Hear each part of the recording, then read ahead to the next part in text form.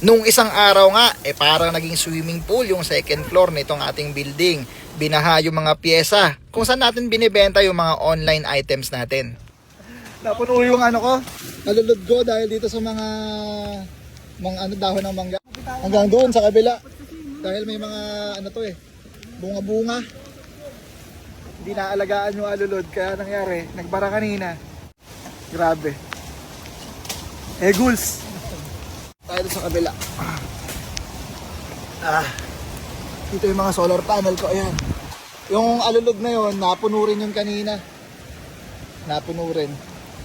Kaganda naman talaga ng view, oh. Hey! Problema lang yan, nasusolusyonan. Sigurado ako may mga nasira ako doon ng mga pyesa. Wala tayong magagawa, ganun talaga buhay. Malayo naman yung mga sanga rito. Kaso nga lang, meron isa kong alulod daw na barado. Nasa gitna. Itong alulod na to yung may kasalanan. Ito na. Barado.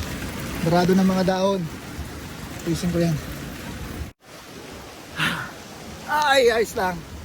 Ayos lang, Sir Romel. Ayos lang.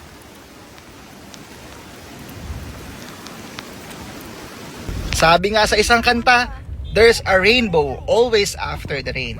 Lagi niyong iisipin na sa bawat problema, laging may solusyon yan. Tandaan nyo na walang pagsubok na ibibigay sa atin na hindi natin kayang solusyonan at lagpasan. Kaya anong gagawin nyo? Bili na kayo sa Shopee ko para makabawi ako. Yes, sir!